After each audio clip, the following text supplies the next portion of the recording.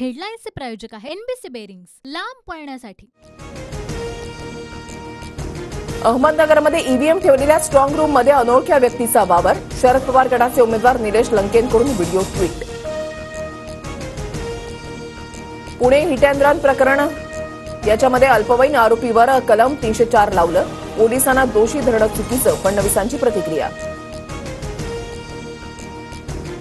Bus truck ड्रायव्हरकडून अपघात झाल्यास 10 वर्षांची शिक्षा, मात्र श्रीमंतांचा मुलगा गाडीखाली दोघांना चिरडतो, त्याला निबंध लिहायला सांगतात। न्याय सर्वांसाठी समान हवा, राहुल गांधींची टीका।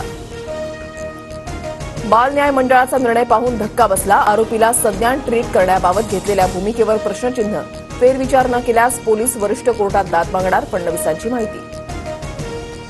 पुणे अपघात प्रकरणी पोलिसांचा बाल न्याय मंडळामध्ये अर्ज। आरोपीला प्रौढ गृहीत धरत प्रकरण कोर्टाकडे वर्ग करण्याची विनंती। 19 मे रोजी येरवडा पोलिसांचा बाल न्याय मंडळाला अर्ज। पिझ्झा बर्गरच्या आरोपावरून सीसीटीव्ही तपासणार, तथ्य असल्यास पोलिसांना थेट बरखास्त करणार, गृहमंत्री फडणवीसांकडून स्पष्ट। पुण्यातील हिट अँड रन प्रकरणामधील बिल्डर पुत्रानं पार्टीसाठी 48,000 रुपये उडवले। आरोपी वेदांत अग्रवालची चौकशीमध्ये माहिती। आरोपी वेदांतचे वडील विशाल अग्रवालची ससून रुग्णालयामध्ये वैद्यकीय चाचणी। पुणे पोलीस विशाल अग्रवालला आज कोर्टामध्ये हजर करणार।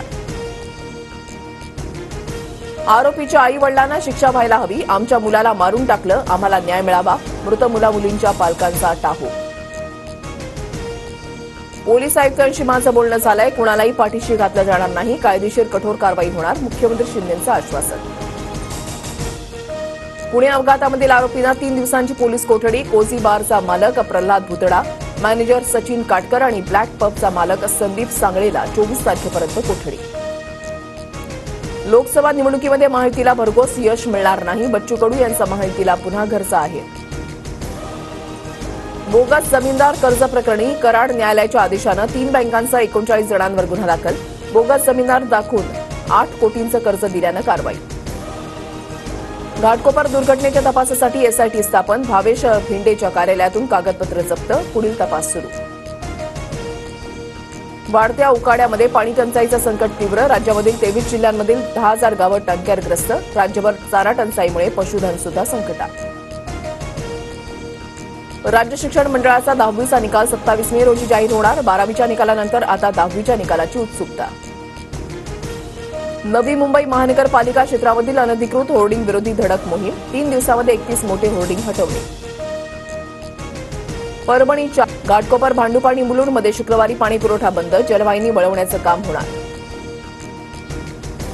माढ्यातील अंजनगावमध्ये वादळी वाऱ्यासह पावसानं केळी पिकांचं नुकसान। केळीची सुमारे 80% झाडं जमीनदोस्त, तातडीनं पंचनामे करून नुकसान भरपाईची मागणी।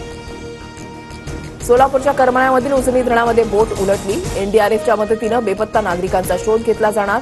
6 ते 7 जण बेपत्ता असल्याची माहिती। हेडलाईन्सचे प्रायोजक आहे एनबीसी बेरिंग्स, लांब पळण्यासाठी।